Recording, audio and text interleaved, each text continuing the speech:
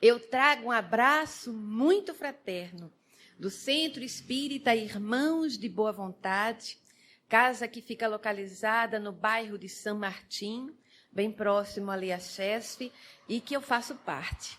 E que eu tive a grata alegria, satisfação de receber o convite para expor na noite de hoje. Eu lembrava a dona Sônia, há um ano atrás, também em novembro, eu estive aqui, a gente tentando voltar, né, para as nossas exposições presenciais. Hoje fazemos um ano e a gente então pode também comemorar mais um ano do Jefa, graças a Deus nas nossas vidas. Me sinto presenteada por essa oportunidade. E eu trago uma satisfação, porque vejam só, o tema que eu recebi na noite de hoje, né, para falar na noite de hoje, é um chamamento importantíssimo para as nossas vidas, para todos nós, principalmente esse momento que a gente passa, cada um de nós, para que a gente faça uma reflexão muito importante, para que a gente não fique simplesmente passeando pela vida, pensando que estamos apenas em momentos de lazer, mas ao contrário, que possamos verdadeiramente aproveitar o tempo que aqui temos. E ontem nós tivemos, né, como sempre temos, viu, que não é só no dia de ontem, a gente sempre tem esses casos, mas infelizmente não são muito divulgados. Mas ontem, né, nós tivemos trágico retorno, né, de Marília Mendonça com apenas 26 anos de idade. E eu fazia em casa uma reflexão com o meu filho, dizendo exatamente isso, né? Ninguém sabe, minha gente, quando retorna. A gente só sabe quando a gente vem. Se for parto normal, a gente ainda fica naquela, né? Pode ser de tanto a tanto. Algum dia chega. Se for parto cesárea, ainda pode acontecer alguma coisa que mude um pouquinho aquela programação.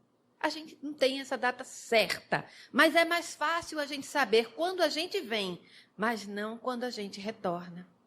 E muitas vezes nós estamos passando por aqui um tempo que, na realidade, nós poderíamos dizer assim, perdendo tempo. Olha só, que reflexão. Perdendo tempo. E aí eu queria já começar fazendo uma indagação assim. Vocês sabiam que no Livro dos Espíritos existe uma conclusão? Conclusão no Livro dos Espíritos. E eu vou ser muito sincera, me peguei quando recebi a mensagem, uma surpresa. Eu disse, introdução 5, aí depois eu li de novo. Eu digo, não é introdução. Não é a conclusão. E eu mesmo fiquei me questionando. Há quantos anos fazem que eu não leio a conclusão do Livro dos Espíritos? Porque o Livro dos Espíritos tem, no início logo, uma página chamada Prolegômenos. Vê que nome feio, mas é espetacular. É uma página com ensinamentos maravilhosos. Depois a gente vai ter a introdução. A introdução tem um pouquinho mais de páginas. Aí a gente tem mais que ter um pouquinho de paciência, reflexão, para se debruçar. Mas é importantíssimo, viu? Quem puder, quem tiver condição, leia só a introdução. Comece pela introdução do Livro dos Espíritos, que a gente às vezes pula. Eu mesmo fui uma dessas. Eu pulei logo para as perguntas. Depois de anos é que eu voltei e disse, espera aí, vou tomar vergonha e vou ler a introdução do Livro dos Espíritos, que eu não tinha lido ainda. Mas depois temos as perguntas, que são divididas em 4 partes, né? Primeira parte, segunda, terceira e quarta parte do Livro dos Espíritos. E lá no finalzinho a gente vai encontrar 9 itens da conclusão do Livro dos Espíritos. E eu, então, recebi a incumbência de ler de expor acerca da 5ª conclusão. E eu queria só começar lendo para vocês o início do parágrafo, só começar, para que vocês se apercebam. Este livro, ele foi publicado em 18 de abril de 1857. Minha gente, 1857. Vejam se não parece que Kardec está falando para a gente hoje, em 2021. Porque Kardec diz assim: os que dizem que as crenças espíritas ameaçam invadir o mundo, proclamam como resultado a força do espiritismo, porque jamais poderia tornar-se universal uma ideia sem fundamento e destituída de lógica. Vejam, assim, se o espiritismo se implanta por toda parte, se principalmente nas classes cultas recruta adeptos, como todos facilmente reconhecerão, é que tem um fundo de verdade. Esse é somente o início do item que eu preciso expor para vocês. E eu fui, então, fazer algumas pesquisas, algumas perguntas acerca dessa parte. E só aí eu encontrei, minha gente, que do ano de 2000 ao ano de 2010, o espiritismo, ele aumentou de adeptos em 70%. Em 2010, pelo censo de 2010, infelizmente eu não posso dar dados, vamos dizer assim, confirmados, mais atuais, porque a gente não teve o censo de 2020. Então, eu não vou dar os dados mais ainda, mas para a gente só fazer uma correlação. Em 2010, nós tínhamos mais de 4 milhões de pessoas que já se denominavam espíritas no censo de 2010. E o aumento, que eu quero chamar a atenção aqui, o aumento de 2000, que era o último censo, para 2010, foi em mais de 70%. Exatamente num censo onde a gente teve uma queda do catolicismo e um aumento de pessoas se dizendo sem religião. E até eu fazia um questionamento comigo mesmo pensando isso. Alguns de nós espíritas, infelizmente, por não se debruçarem com mais, vamos dizer assim, atenção, com mais carinho, esquecem que a doutrina espírita ela tem um tríplice aspecto, que é ciência, filosofia e religião. Se você tira um, minha gente, a doutrina espírita fica capenga. São 3 aspectos: ciência, filosofia e religião. Mas, infelizmente, ainda temos espíritas ou pessoas que são adeptas a vir à casa espírita que não se dizem espíritas. E, infelizmente, não dizem que tem a religião espírita. Eu conheço gente que vem para o centro, que trabalha e tudo mais, e que, quando se é questionado, diz: não, eu sou católico, não praticante. Vejam como é interessante. E aí eu queria fazer essa reflexão com cada um de nós aqui. Será que nós estamos dentro deste percentual de aumento de adeptos do espiritismo? Será que a gente começou a refletir que a casa espírita, ela nos dá respostas, ela nos oferece questionamentos com respostas lógicas e fundamentadas, que não nos deixam com incertezas, mas, ao contrário, com certezas, com confiança, com calma, com tranquilidade para observar a vida. Será que nós estamos dentro desses adeptos? E aí a gente tem que fazer como se fosse até uma retrospectiva para a gente poder pensar um pouquinho, porque pode ser que algumas pessoas aqui fiquem até na dúvida às vezes. Eu, essa semana, conversava com uma colega de trabalho e ela dizia: e foi assim? Eu digo: foi, porque ela me perguntou, ela não sabia, não tinha conhecimento acerca de como é que começou o espiritismo. Porque há uma diferença, minha gente. Fenômenos mediúnicos, fenômenos espirituais sempre aconteceram.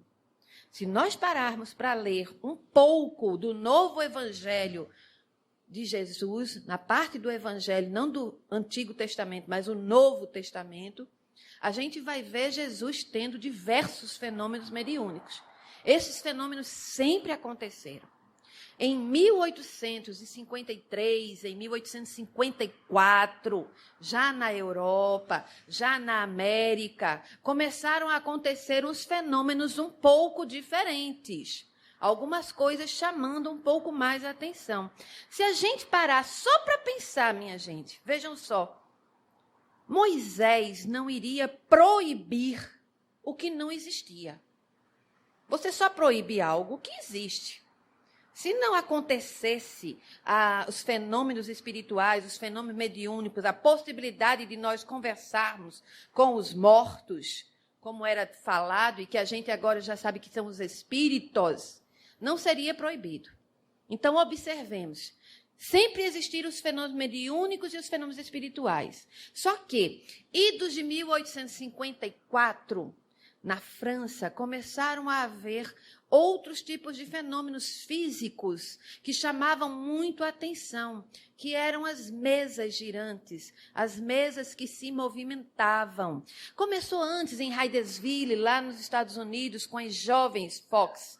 Mas o que vai chamar a atenção de um professor na França, professor Hippolyte Léon Denisard de Rivail, são as mesas girantes. Inclusive, no próprio livro dos médiuns, Allan Kardec, né, porque o professor Hippolyte Léon Denisard de Rivail, ele adota o pseudônimo de Allan Kardec, porque ele não queria que se fosse confundido as obras dele, da vida dele particular, profissional, com as obras dele espíritas, desse outro lado das pesquisas que ele estava fazendo. Então, observem, ele começa em 1854 a pesquisar, a estudar um pouco mais. Ele faz inúmeras pesquisas com diversos médiuns, a maioria delas na época mulheres e jovens.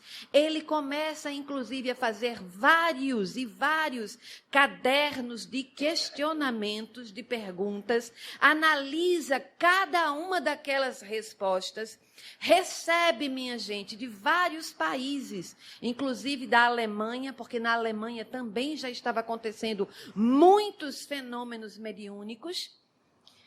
Recebe da Alemanha, recebe da Suíça vários cadernos e vai fazendo estudos acerca disso.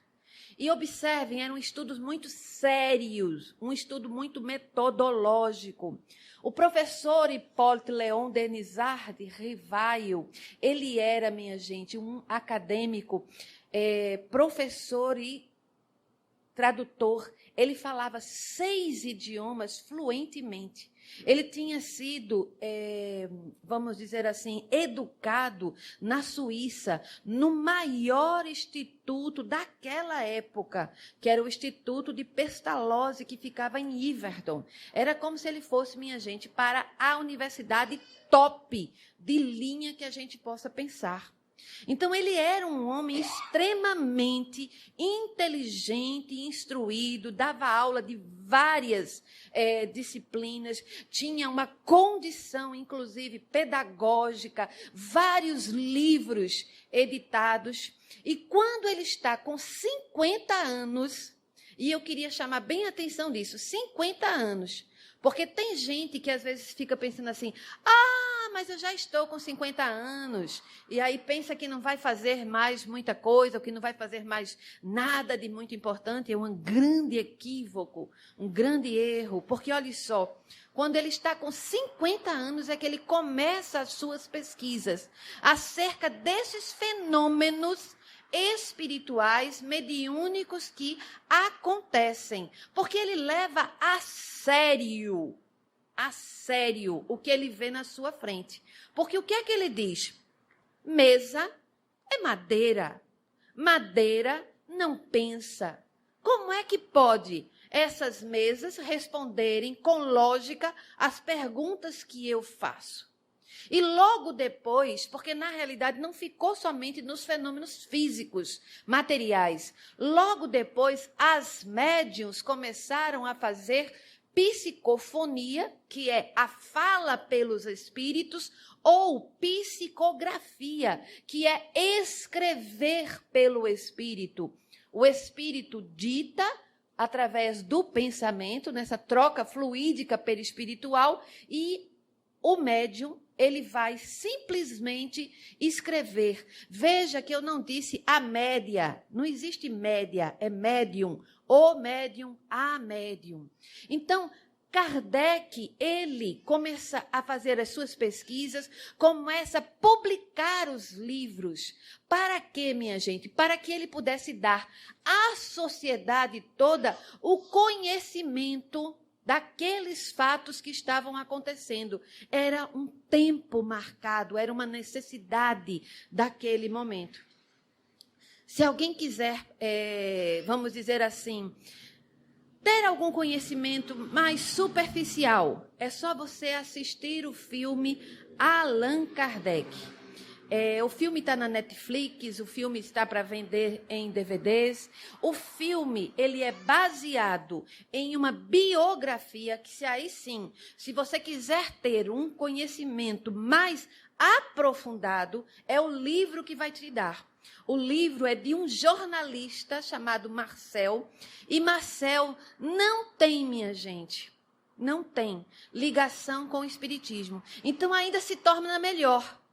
Porque, inclusive, você assistindo exposições dele, você assistindo entrevistas que ele tem, ele comenta até acerca disso. Que ele diz que ele foi chamado a atenção por uma curiosidade. E até eu achava interessante que quando eu lia a conclusão da noite de hoje, né, o 5º item, eu dizia, mas olha só, Marcel, aqui, por quê? A conclusão tem um parágrafo que ela diz isso. Os adeptos ao espiritismo, eles são chamados em 3 períodos. E o primeiro período é exatamente a curiosidade. E Marcel, ele diz isso. Não, eu fui para Pedro Leopoldo estudar e conhecer Chico Xavier, e depois eu fui estudar e pesquisar mais acerca de quem era esse tal de Kardec. Como é que ele tinha feito esse trabalho tão bem organizado que fazia ter tantos adeptos. Vejam como isso é interessante para a gente ver, porque não foi uma coisa que saiu de um espírita, porque quando a gente é espírita ou tem algum conhecimento, a gente já fica como que querendo defender a nossa causa. Ele não. Ele é um jornalista, simplesmente, e tem uma maravilhosa biografia digna de respeito por qualquer um escritor, para que a gente possa se aprofundar acerca do conhecimento maior de Kardec. Vejam só, por que eu estou fazendo esse preâmbulo todo? Para que a gente possa entender que desde o início, o Espiritismo, porque aí há um detalhe, me esqueci de falar, quando Kardec publica o Livro dos Espíritos e quando Kardec escolhe usar o pseudônimo de Allan Kardec, porque era uma antiga encarnação que ele tinha tido, quando um monge druida, ele, na introdução deste livro que nós estamos estudando na noite de hoje, ele diz que para coisas novas, teria que ter termos novos. Então, ele não usa o termo espiritualismo. Ele é quem, inclusive, cria esse termo, espiritismo. Ele chama a nós, adeptos de espiritismo, de espíritas ou espiritistas. Espírita ou espiritista. Para que a gente possa, então, entender que, desde o começo, professor Rivail ou Allan Kardec, que é a mesma pessoa, ele teve muita seriedade, ele teve muito cuidado, muita organização, tanto que ele não é considerado o fundador do espiritismo, mas sim o codificador. Porque quem traz todas as informações, quem traz todo o novo conhecimento, são os espíritos. Espíritos, que são quem, minha gente?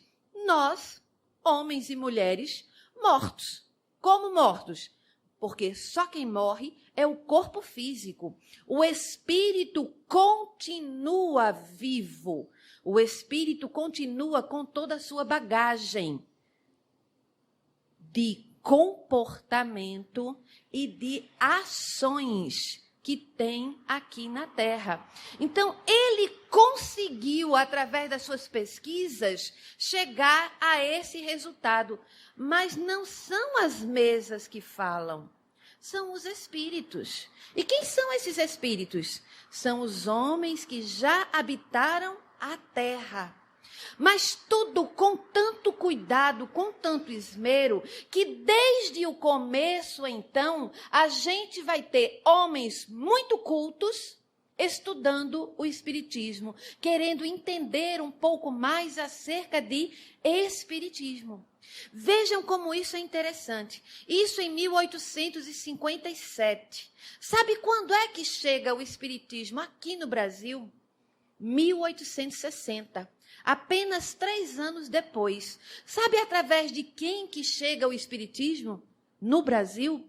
Através dos filhos dos homens ricos do nosso Brasil, dos nossos governantes, que tinham a possibilidade de ir estudar na Europa.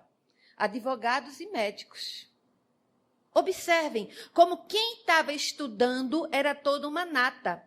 Por isso é, inclusive, minha gente, que em 1870, 13 anos depois da publicação, nós já vamos ter Livro dos Espíritos publicados em português, para que o acesso fosse para todos aqui no Brasil.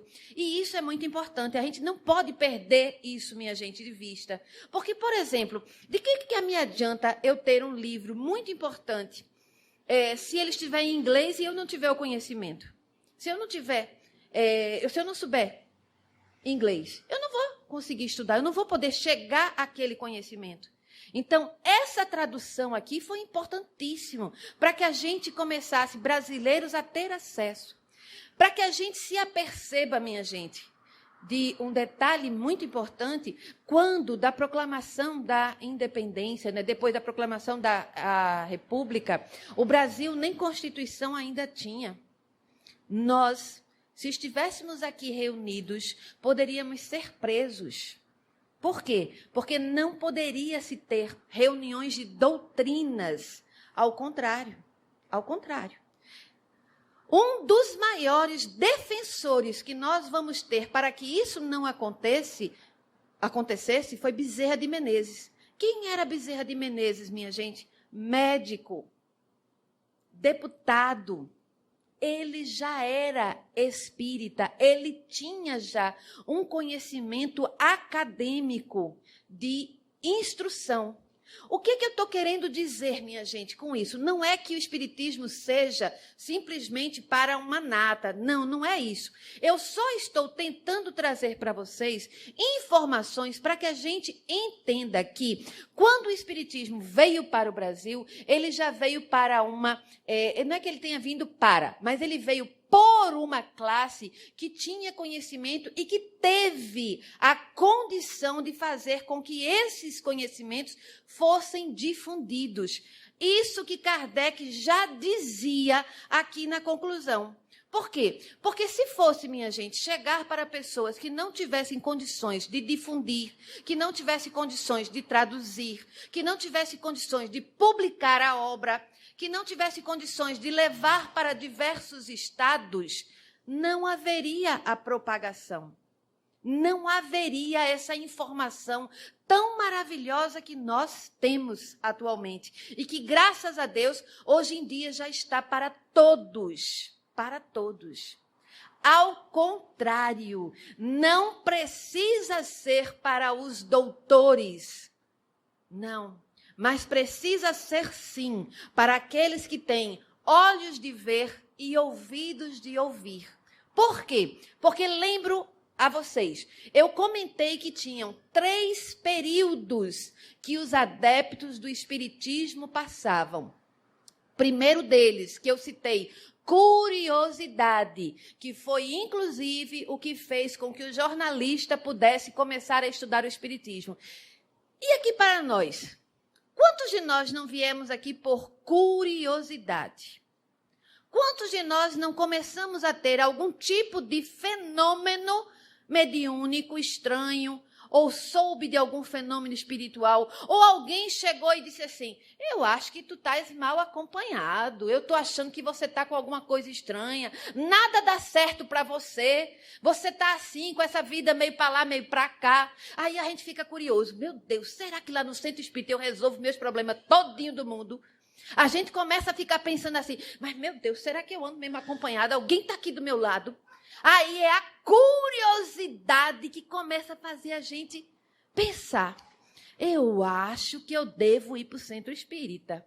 Aqui para nós, viu, minha gente? Vou contar para vocês, mas, por exemplo, meu pai não passava nem na frente do centro espírita.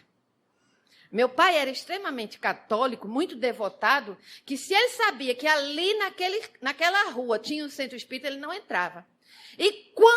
E olha, não importava se era centro de umbanda, espírita, não entrava. E quando ele entrava, que ele não sabia, que ele olhava, ele dizia, ai meu Deus do céu, creio em Deus Pai Todo-Poderoso, e começava a rezar o credo alto. Eu achava, olha, tanta graça, que eu dizia, mas que medo é esse? O que é que isso tem de mais? E vamos e venhamos. Por que é que eu fui para o centro espírita? Pela curiosidade. Porque se meu pai, um homem que eu tinha toda uma confiança, tinha um medo danado daquilo, eu dizia, algo tem aí. Foi assim que eu fui para uma casa espírita. Eu comecei pela curiosidade, como eu acredito que a maioria de vocês. Aí comecei a assistir umas palestras. Não me deu muito reflexo, não me deu muito, não bateu, como diz a história, muito aquela situação. Eu digo, é interessante, Mas depois, pouco tempo depois, o que é que eu comecei a ter? Umas dores de cabeça. Muitas dores de cabeça. E, coincidentemente, meu pai foi quem uma vez me socorreu, me levando para o hospital, porque as minhas dores de cabeça faziam com que eu começasse a ver estrelinha. Quem já teve aqui enxaqueca sabe o que é isso. Enxaqueca tem um momento que a gente fica tonta e começa a ver estrelinha, ver luzes. A gente acaba até desmaiando de tanta enxaqueca. É tão interessante. E quando eu chego lá no médico, meu pai, inclusive, na época, eu solteira, jovem, 16, 15 anos, meu pai perguntou, ô doutor, será que ela está grávida? Vê. Nem namorado naquela época eu tinha, só se fosse mesmo do Espírito Santo.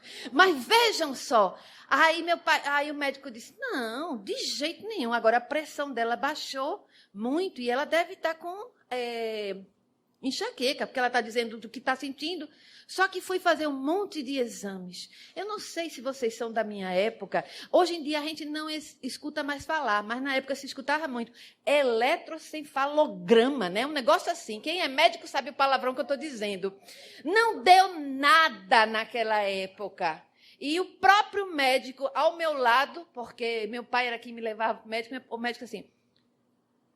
Meu pai era militar. Capitão, olha, não é nada físico, não. A sua filha tá boa. Deve ser outras coisas. Olha, esse outras coisas foi com um jeitinho assim, tão que eu digo, vamos embora descobrir o que são as outras coisas. Voltei para a casa espírita. Então, a curiosidade fez com que, com a graça de Deus, eu estivesse até hoje aqui. Porque depois dessa curiosidade, aí é que eu quero chegar. Vem o segundo período. Qual é o período? É o período do raciocínio e da filosofia.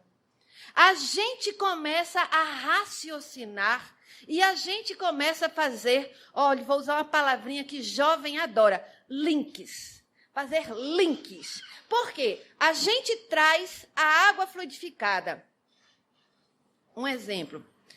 E começa, seguindo a orientação, tomar pelo menos 3 vezes ao dia.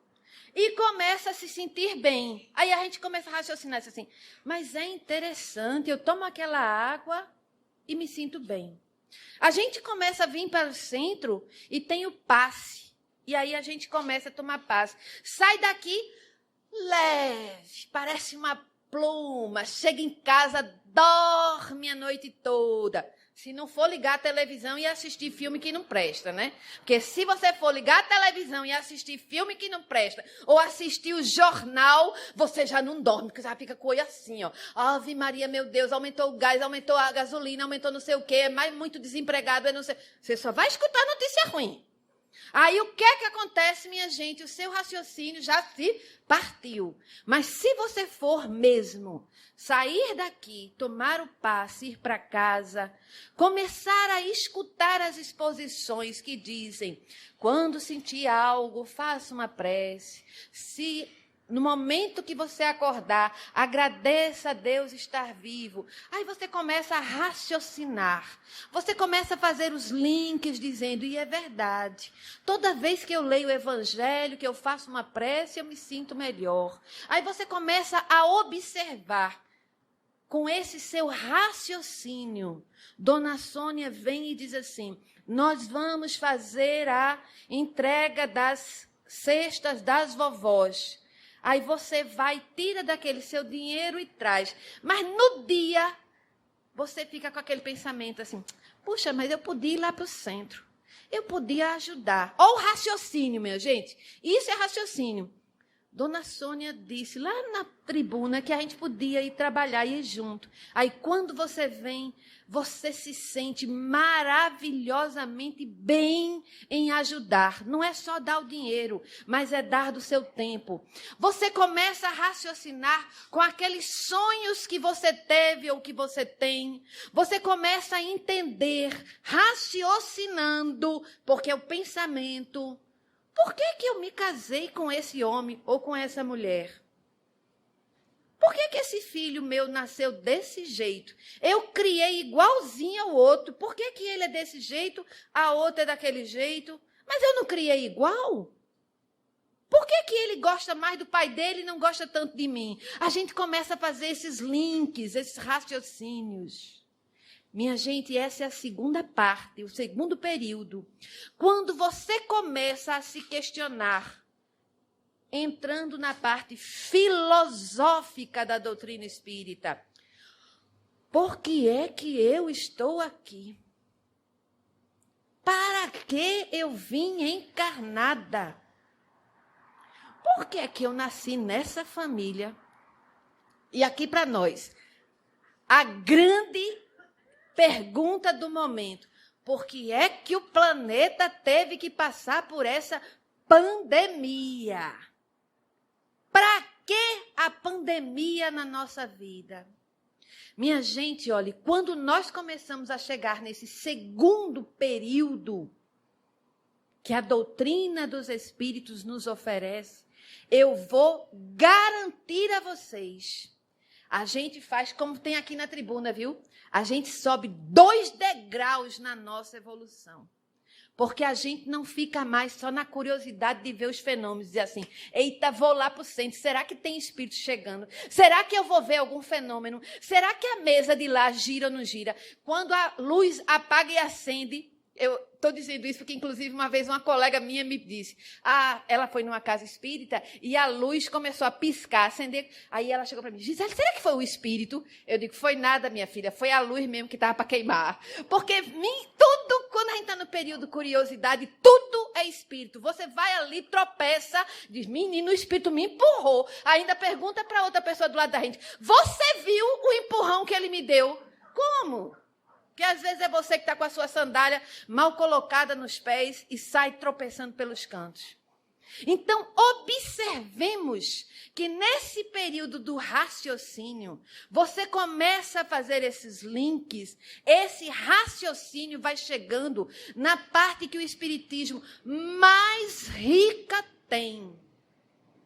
Você, inclusive, para de pensar tanto no material, para de pensar tanto no seu físico, porque você vai ter as respostas filosóficas do porquê você está aqui, o que é que você está fazendo aqui, para que nós estamos encarnados e para onde nós vamos quando a gente sair daqui.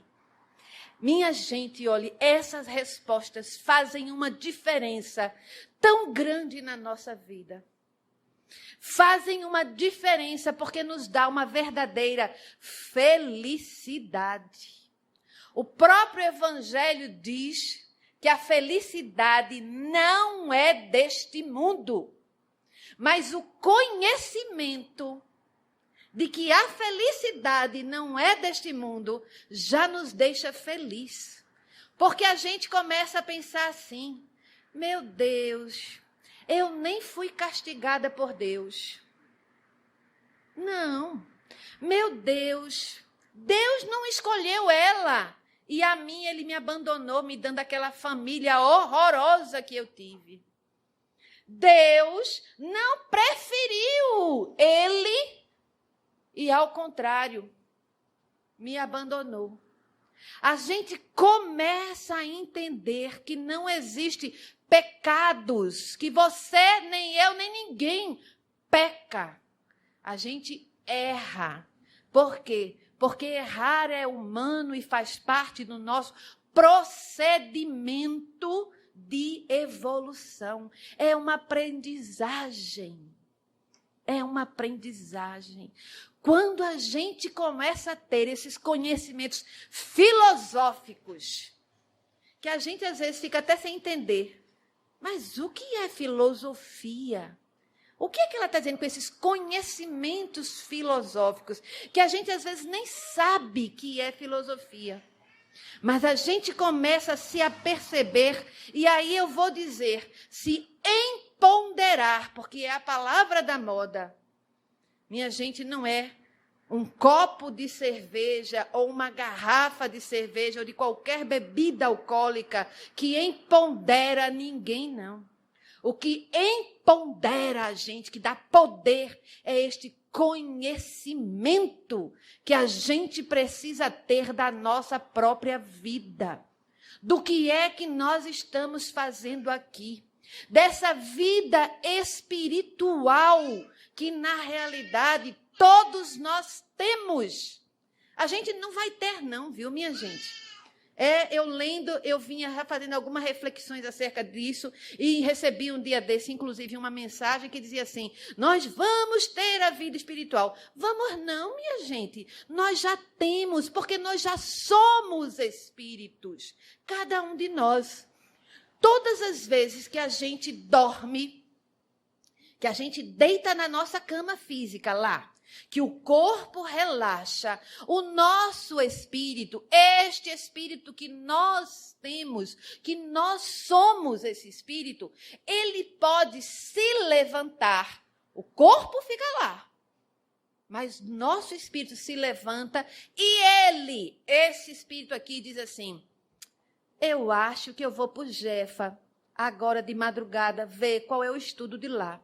Ou então pode ser assim: eu acho que eu vou lá para a beira da praia para poder ver as ondas do mar, sentir aquele fluido, aquela vibração. Ou então eu posso dizer assim: eu vou para a arena, onde tem um jogo de futebol, para poder estar lá junto, torcendo. Ou então eu também pode dizer assim: onde será que deve ter um cabaré para eu ir lá dançar? Porque pode ser, viu, minha gente? O espírito nosso, nós escolhemos para onde vamos. E muitas vezes nós somos tão apegados ao nosso corpo físico que a gente nem escolhe. A gente fica lá, estátua, na cama deitado. Porque nós não temos esse conhecimento desse poder que o nosso espírito tem. Qual é a diferença? Só para a gente deixar bem claro isso. É que quando nós estamos aqui, como agora, encarnados, não é vermelho não, viu? Não estou vendo ninguém de vermelho. Mas encarnados a gente quer dizer que no corpo físico, nós não nos denominamos de espíritos. Nós somos alma. Nós nos denominamos de alma. Isso, inclusive, também está na introdução do Livro dos Espíritos. A diferença só é essa, viu, minha gente? Então, a gente poderia dizer assim: a minha alma escolhe para onde vai. A minha alma poderá ir se encontrar com a minha mãe, que já partiu antes que eu, no mundo espiritual. em alguma zona espiritual de refazimento, em alguma escola. Eu poderei escutar palestras. Isso é a minha alma que vai fazer essas escolhas. Cada um de nós tem esse poder. Vejam como isso é interessante. E isso é a doutrina dos Espíritos que nos oferece esses conhecimentos. Então, vou logo dizendo um detalhe a vocês. Quando saírem da casa espírita ou do lugar onde vocês estiverem, que chegarem em casa antes de dormir, não comam muito. Não encham a barriga de muita coisa, não. Sabe por quê, minha gente? Porque se a gente fica com o nosso organismo muito cheio, é mais fácil com que a gente não vá para canto nenhum. A nossa alma fica ali dormindo com o corpo muito cheio. Por quê? Porque o organismo vai ter que trabalhar. Mas ao contrário, chegue na sua casa, coloque uma musiquinha maravilhosa como aquela que a gente estava escutando aqui, quando pelo menos eu cheguei, bem harmoniosa, que o ambiente todo estava envolvido. É muito interessante. Procure fazer isso. Você entra e se senta. Aí começa a tentar escutar. Mas não é somente escutar com os ouvidos, não. Escutar com a sua alma, como a gente diz. É a clareaudiência. Aí você começa a escutar a harmonia do ambiente. Sem querer, eu estava ali sentada, as lágrimas começaram a escorrer. Bote uma musiquinha dessa na sua casa. Vá para seu canto, tome um banho, relaxe, troque de roupa, porque ninguém deve ir dormir sujo nem suado, porque não ajuda. Pegue o Evangelho e vá ler. Leia uma passagem do Evangelho.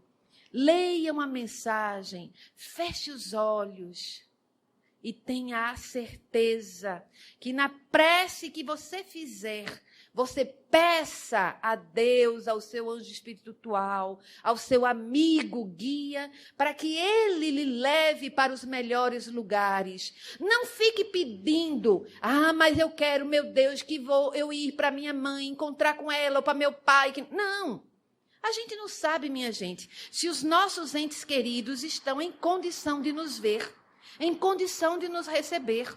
Nós não sabemos, inclusive, se eles já não estão reencarnados. A gente tem que entender essas coisas. Às vezes existem reencarnações compulsórias. Com pouco tempo aquele espírito reencarna de novo. Então não fique pedindo essas coisas, mas ao contrário. Eu, pelo menos, gosto muito. Eu até comentava com Dona Sônia e Rosane ali dentro, que eu gosto muito de fazer as preces dizendo assim: meu Deus, que seja o melhor para mim, ou para nós, se for da família. Que a gente tenha aquilo que seja o bom. Porque, minha gente, nem o bom a gente às vezes não sabe o que é para nós. Aquilo que nós pensamos que é bom, muitas vezes não é. Muitas vezes não é. É só o dia a dia que vai nos ensinar. A gente, às vezes, se separa, acaba um casamento, quando é mais na frente, encontra uma outra pessoa muito mais maravilhosa. E aí você fica olhando assim, mas rapaz, porque eu não me separei antes? Que aí eu podia ter encontrado. Agora também tenha cuidado, viu? Porque lembremos, não é separar porque vai achar que vai resolver os seus problemas, não. Tudo no seu momento. Por isso que é muito bom sempre pedir a Deus que seja para o seu melhor. Que se não for para o seu bem, que nem aconteça. Que nem aconteça. Porque nós não sabemos nem o que devemos e o que precisamos pedir, muitas vezes. Então, lembremos cada um de nós que é a doutrina espírita que nos dá esses conhecimentos desse mundo espiritual. De tudo isso que vai fazer uma grande diferença na nossa vida. De como o nosso pensamento influencia no nosso dia a dia. De como é o nosso pensamento que vai fazer em cada um de nós uma mudança. Em cada um de nós. Porque se a gente já começa pensando assim, mas nem vai dar certo. Olha só, você já botou o não, você já disse que não dava certo. Você já trouxe para você o que era negativo. Mas, ao contrário, se você começa a pensar, se for para o meu bem, se for para a alegria da minha família, se for pelo meu merecimento, nós precisamos entender que muitas vezes não é o material que vai nos dar felicidade, que não é os prazeres físicos, nem os prazeres da carne. Ao contrário, quando a gente começa a se aperceber desses conhecimentos espirituais, da vida que continua, da possibilidade de nós continuarmos nos reencontrando, continuarmos vivendo, continuarmos evoluindo, continuarmos estudando, que nós não sabemos de tudo, mas ao contrário, que teremos toda uma nova vida e uma nova chance em nossa vida, a gente começa a entender que tudo aqui é passageiro. Tudo passa. Tudo é passageiro. Segundo meu esposo, ele costuma dizer assim, só não o motorista e o cobrador. Mas o restante é tudo passageiro, tudo passa.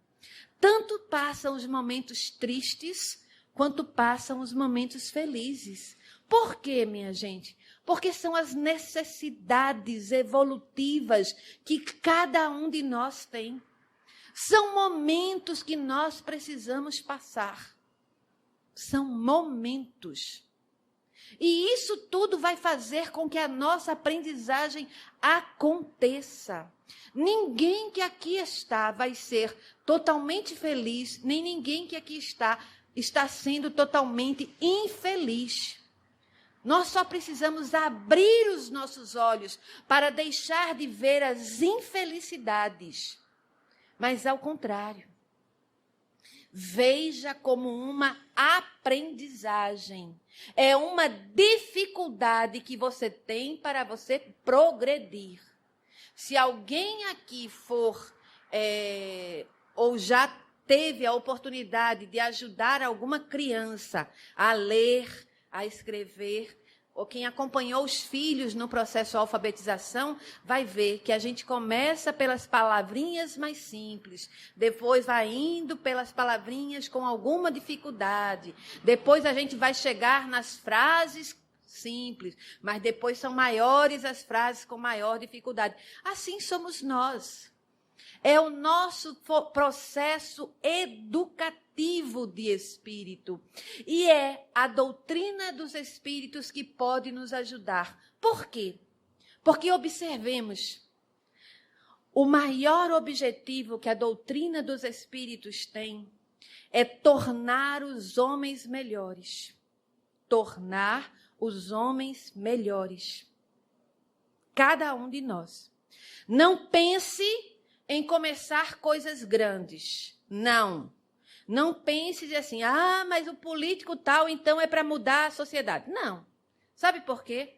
Porque esse tornar o homem melhor é na nossa intimidade.